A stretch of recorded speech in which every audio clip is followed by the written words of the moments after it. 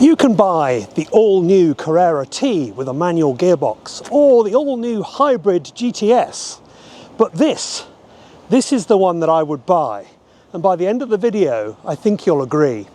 Welcome back to the channel and welcome here to Porsche Danbury in Connecticut.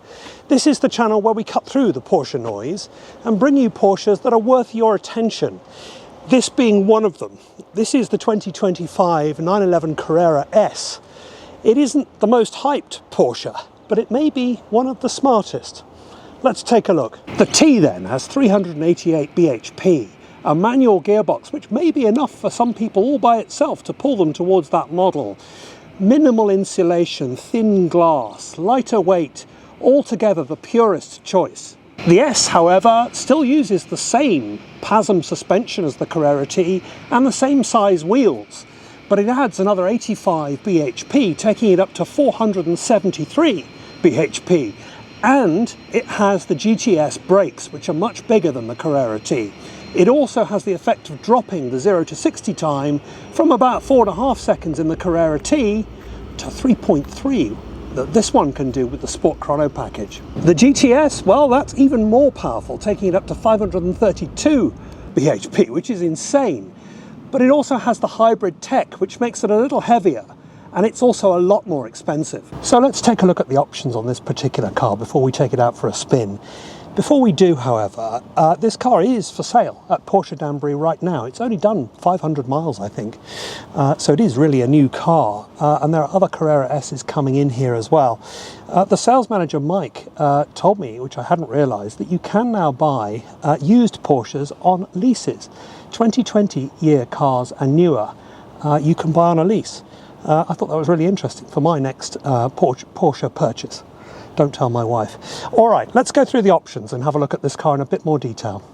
Okay, the first thing you notice about this car, other than its lovely ice grey metallic colour, are the decals. And I think they were probably put on after it came out of the factory. The Porsche decals on the sides are from the Sport Classic and ST models. So I think maybe with this ice grey colour, this has been set up to look like a Sport Classic, and I think it looks really nice. This car has also got the front axle lift system, so you can raise up the front of the car, and also rear wheel steering on this particular car. So the Carrera S, of course, has the PTV Plus, whereas the Carrera T only PTV, and the difference between the two is the Carrera T is mechanical and this is more variable in that it is electrically operated. And the HD matrix design headlights. Sports exhaust, so you can change the volume of it as you're going along. We'll look forward to testing that later when we get out on the road. And the exclusive design Carrera wheels, which I think look terrific on this car. Inside then, this comes with a host of optional extras in here. Somebody spent some money. It starts with these lovely adaptive sports seats in night blue with memory, and they're really firm and supportive and comfortable and worth having, I think. In addition to that, it has the premium package, which is adaptive cruise control, Bose surround system and front ventilated seats. It also has the sport design package, as you saw outside, which includes, as I mentioned earlier, the front axle lift system, brake calipers, also in high gloss black. And also the roof lining has been done in this lovely Racetex, as they call it, as Porsche calls it, or Alcantara to you, and that's what that is. And the militant purists amongst you will miss the key, now a switch, and also the analogue rev counter. Perhaps though you'll like the nice German woman in the dash cam. She tells you exactly what's going on. Recording started. Recording stopped. System is shutting down. Okay, let's go and take this out for a spin, see what it feels like. It is nice to be in a modern Porsche again, I have to tell you. Having spent a lot of time in my 928, which is, you know, it's a few years old, 40 years old, this is particularly a treat, I must say. So, we'll get it up onto the highway and see how we do.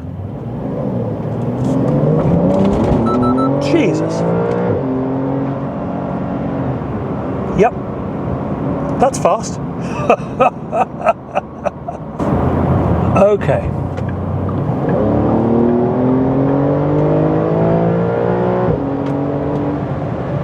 Yeah. this is a flying machine. So driving the T is a different sensation to driving this. That feels light and noisy, which is perfect for the twisties and maybe, you know, high days and holidays, but for everyday driving, this is rather more civilized, I would say. This adds power. Of course, you've got the PTV Plus as well,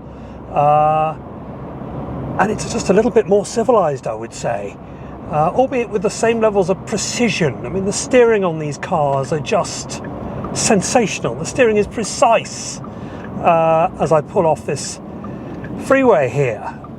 The ride and the handling, I don't know how Porsche do it. They manage to be brilliant handlers and wonderful riders as well. So, you know, I'm feeding into this notion that this is the sweet spot of the range. I think a Carrera T might be a little bit jarring for daily use, albeit exhilarating with its manual box and so on.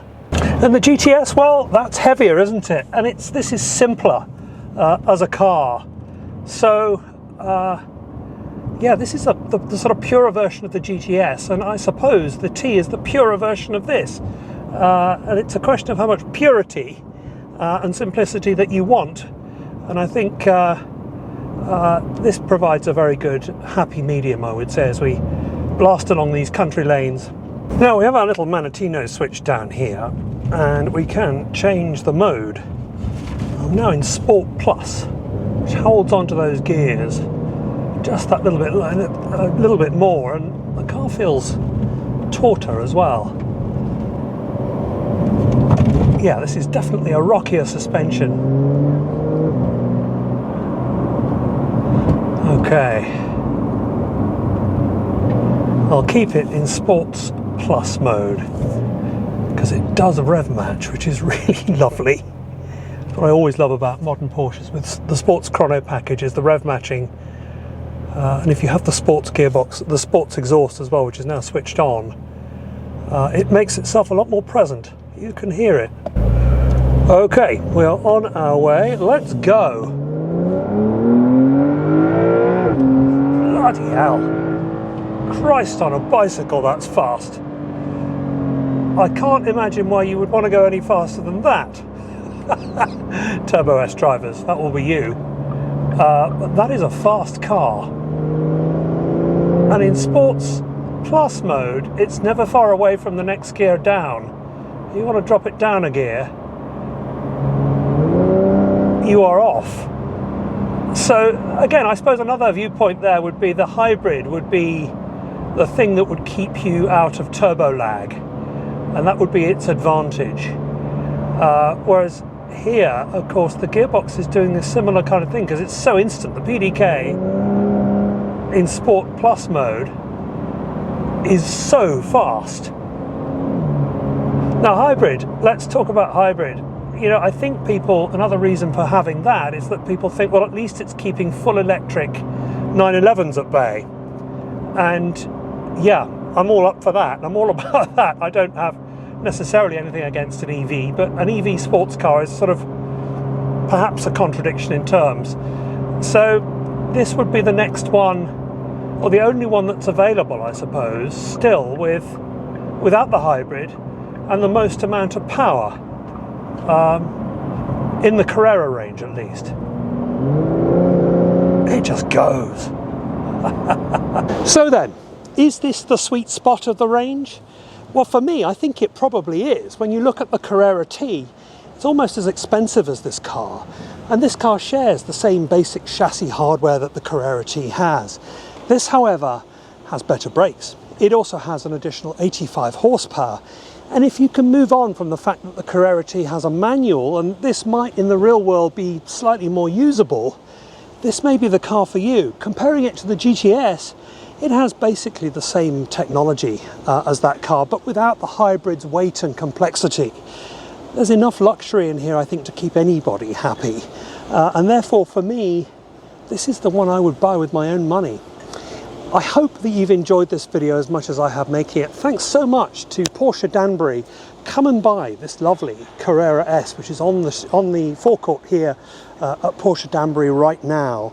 Otherwise, I'll see you next week for next week's video. Thanks for watching.